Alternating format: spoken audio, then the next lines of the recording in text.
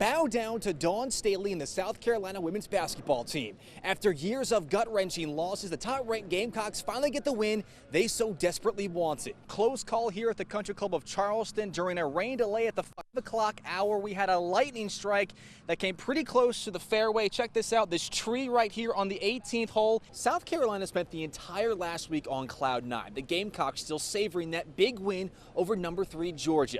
Today, the Gamecocks received a heavy dose of reality. Normally, when you come to a baseball game, you come with a baseball glove trying to catch a foul ball, maybe a home run. Today, you got to come strapped with the Super Soakers. We're going to party like it's 2003 right now. Kevin, on paper, this looked like a great matchup. Wake Forest at number 3 Clemson, a battle of the top 2 teams in the ACC's Atlantic Division. It's morning rush hour in North Charleston.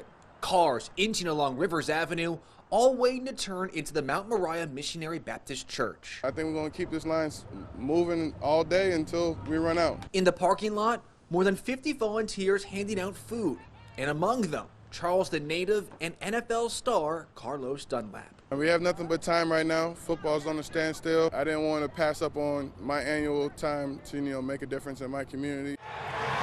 Rather than feast on opposing quarterbacks, Dunlap teamed up with the Low Country Food Bank, providing more than 500 meals to those in need. This community fed me to being the big human that everyone sees today. So today was just an opportunity for me to come back and help out in a big way. I'm very proud. Our foundation saw the need and we wanted to help. We didn't want any child to go hungry. So we decided to pitch in by donating and volunteering as well. For the 2-time Pro Bowler, this is personal, and the community's response makes it all worthwhile. You can hear the cheers in the background. People are excited, people are hungry, people just thankful and grateful, as well as I am. I think some people were surprised because they knew that he donated. They didn't think he was going to be actually here lifting boxes, but it's good exercise. And with the NFL season in limbo due to COVID-19, there may be more community service on the horizon. Whatever Carlos come up with, he's an amazing young man, and you never know what's next with him. So whatever he comes up with, believe us, he do have our support. Reported in North Charleston, Justin Biegel, Live 5 Sports. I loved it. First practice, loved it. Jessie Kemp isn't your typical high school athlete. She's dead set on competing. She's got spunk. She's fiery. Kind of made a memorable impression on me pretty quick. When the James Island sophomore failed to make the volleyball team this fall, she began searching for a new hobby. That led her here to the Trojan Wrestling Room. And like a shoe, it was the perfect fit. She picked the guy up and slammed him straight on his head. And I was like, we got something here. Get it, Jesse! Get it! In 4 short months, Kemp jumped from rookie to state champion. I definitely worked hard to get there. I mean, being a girl just has a huge impact. Reset her. It broke the barrier, but from then on, she was our varsity 113 pounder. It didn't really turn into there's a woman still, or a female wrestling in the sport. That's our 113 pounder. Let's, get ready to work. Yet at times, she still has to prove those doubters wrong. Go, Jesse! Sometimes they're like, you? I don't think so. She demanded her respect and got it quick. I couldn't imagine James Island wrestling without her at this point. Kemp still has 2 more years left to solidify her legacy here at James Island.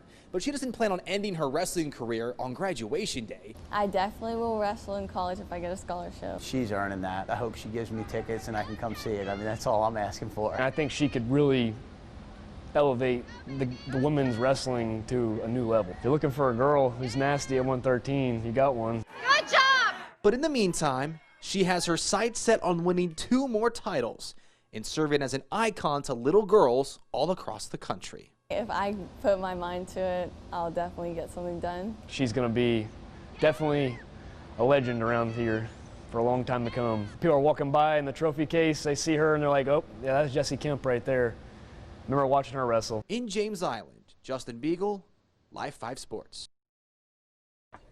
Callie KV covers a lot of ground. I did Honolulu 3 times, North Shore, From sea New York, to shining sea, San Francisco, and all over the world. Berlin, Great Wall of China. When she was 18, the Mount Pleasant runner thought she was checking an item off her bucket list. I had always wanted to do it. I never thought I was going to be able to. I really just thought it was going to be one and done.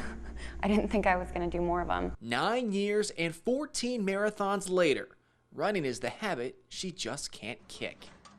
Which brings us to this past May, when Katie conquered her toughest race yet, the Great Wall of China. I was a little bit skeptical of the logistics because we found this race in March and the race is in May. When I commit to something, I'll go 100%. I had no idea what I was doing. In 8 short weeks, Katie and her husband were able to sort out the details. But come race day, there was one minor detail Katie didn't prepare for. Seeing the stairs, I thought, like, this race isn't going to go well for me. It'll suck, it'll be hard, I'll finish it, but I probably won't do very well.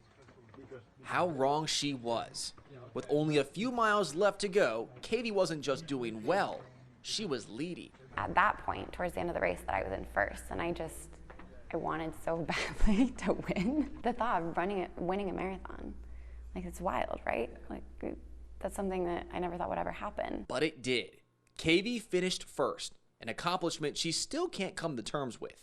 Kind of like couldn't believe that I had actually won it. Like, I'm lying every time I say I won a marathon. I kind of get that because it's so wild, even I can't believe it sometimes. Now Katie's back at home teaching yoga and working on her next big race, the Dublin Marathon in October and Tokyo in 2020. In Mount Pleasant, Justin Biegel, Live 5 Sports.